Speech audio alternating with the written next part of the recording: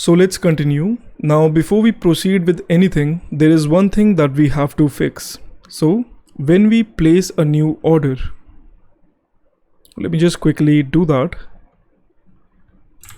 We will notice that once the order is placed, and when the user tries to open, when the user opens the panel for the very first time after placing the order, they're going to see the enter details panel right over here, which is kind of like an odd behavior as it should be the cart. But the reason is pretty obvious, for which let's actually head to the cart panel component. So over here we got the state for the active panel, based on which we are rendering the respective panel, whether the cart or the enter details. So when we are placing an order at that time, like while filling up the enter details form, we have the state of 1. And when we place the order, we are calling this function which does a few things, and one of them is that it sets the panel state to be of false, which means that the panel is visually closed from the parent, but the cart panel, being the child component, it still retains the same state. So what we intend to do, what we want to do is that when we place the order, at the same time after closing the panel, this state should be back to be of 0. So for that, so the main goal is to change the child's component state from the parent.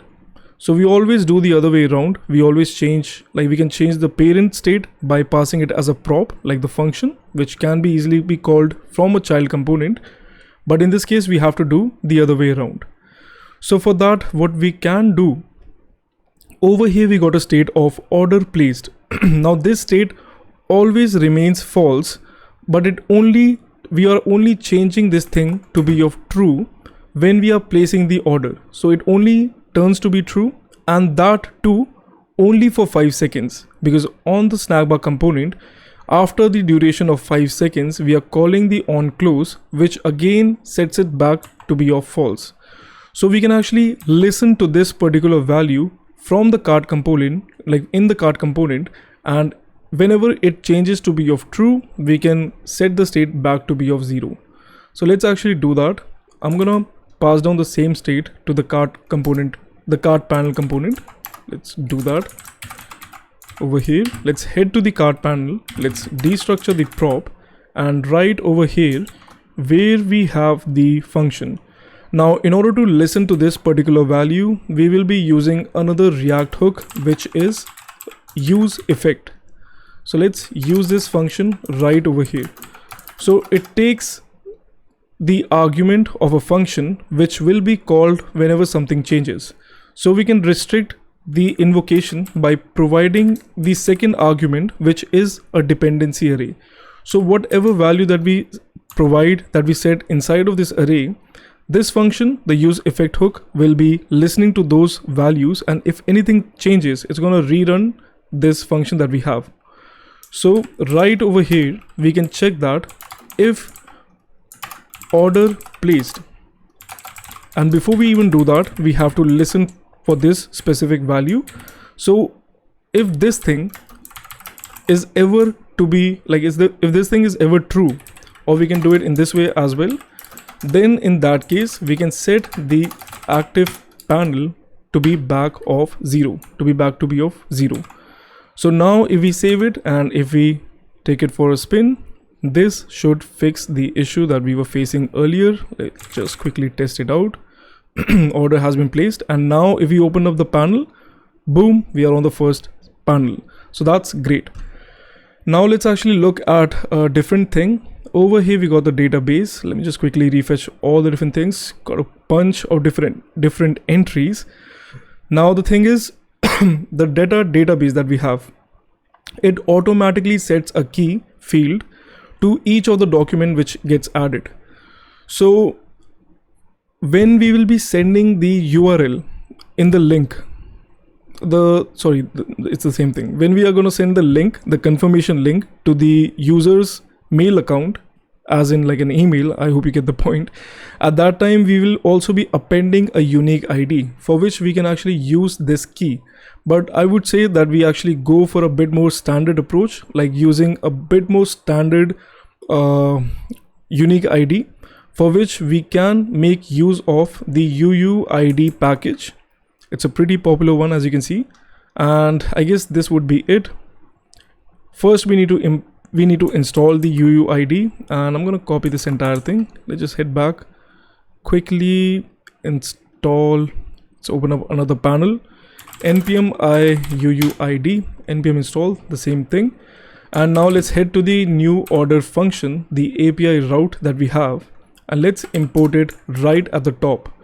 So we need to import the v4 function, and over here we are renaming it as UUID v4, and we just need to call this function right over here, which will generate the unique ID in such a way. So now over here, where we are adding the document to the database, the db.put, the first argument is the data that we want to add, and the second argument is the key. Now by default, this thing is false. So this thing is null, my bad. This thing is null, and if it is null, then it means that data will be adding the key by itself. But in our case, we want this thing to be a UUID, a key that we specify. So for that, we can call this function right over here, which will return back a string, and we can provide it in such a way. So now if we save it, let's close this terminal, and now if we try to place another order,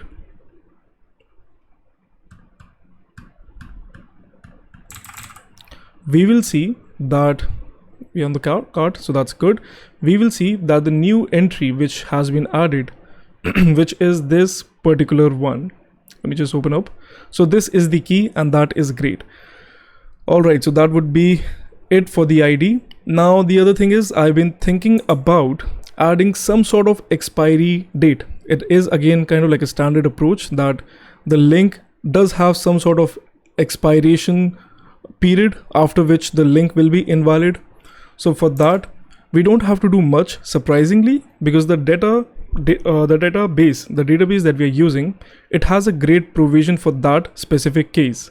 So when we put something, when we add a document, the third argument, the first one is the data, the second one is the key, and the third argument is the options object. So to this object, at the moment, we can provide we have the option of providing two values.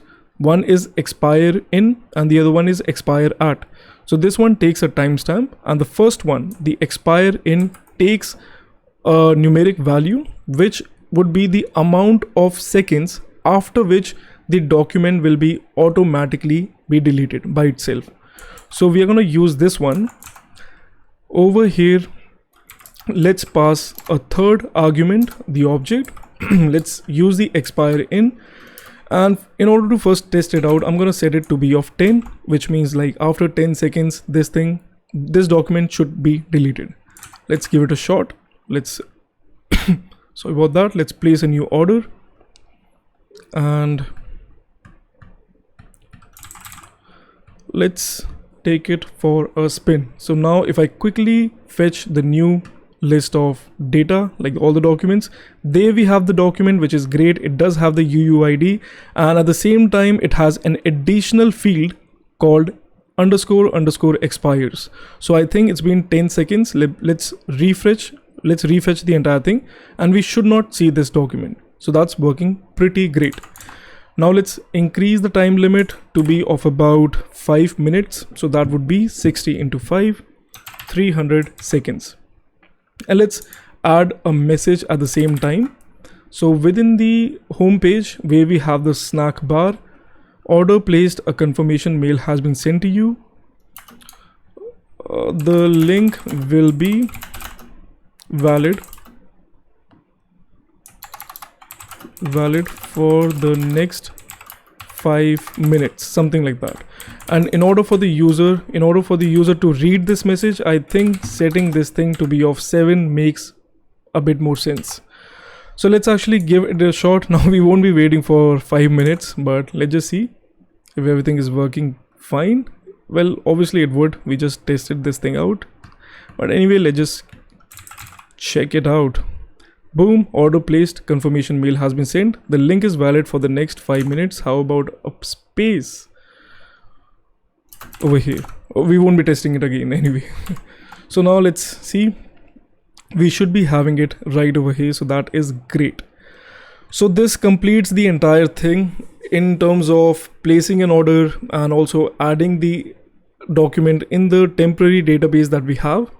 Now the next part would be to actually validate, to actually confirm the order, which would mean that we will be fetching the respective document out of the database, and we're gonna be adding the we're gonna add the entry to the Google Sheet that we have over here in the orders sheet.